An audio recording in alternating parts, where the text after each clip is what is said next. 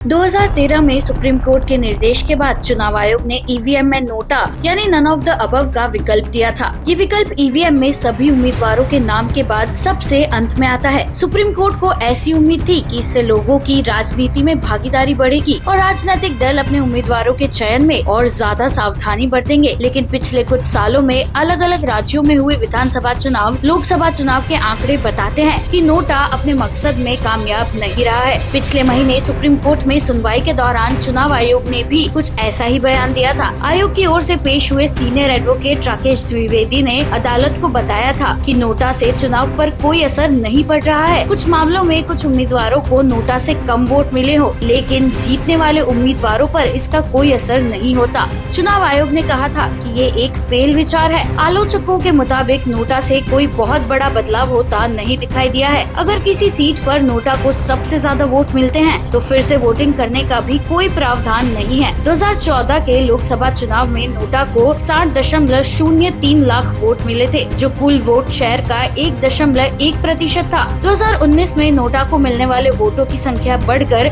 65.23 लाख हो गई थी, लेकिन इसका वोट शेयर गिरकर 1.07% रह गया था। 2024 के लोकसभा चुनाव में नोटा को मिले वोटों की संख्या घटकर 63.72 लाख और ये कुल वोट शेयर का 1% रह गया। नोटा को लेकर जबरदस्त चर्चा तब हुई थी जब 2024 के लोकसभा चुनाव में इंदौर लोकसभा सीट पर इसे 13.99% वोट मिले थे और ये दूसरे नंबर पर रहा था। हालांकि तब इसकी वजह ये थी कि कांग्रेस के उम्मीदवार ने अंतिम वक्त में अपना नाम वापस ले लिया था और कांग्रेस ने मतदाताओं से नोटा को चुनने की अपील की थी। इसके अलावा दो और मौकों पर नोटा को 5% ज्यादा वोट मिले हैं। 2014 में छत्तीसगढ़ के नक्सल प्रभावित बस्तर में और 2019 में बिहार में आरक्षित सीट गोपालगंज में दोनों ही जगह पर नोटा को 5.04% वोट मिले थे। अगर ये पता करें कि पिछले 3 लोकसभा चुनाव में प्रत्येक सीट पर नोटा को औसत कितने वोट मिले, तो इसका जवाब ये है कि 2014 में औसत वोट का आंकड़ा 11,055,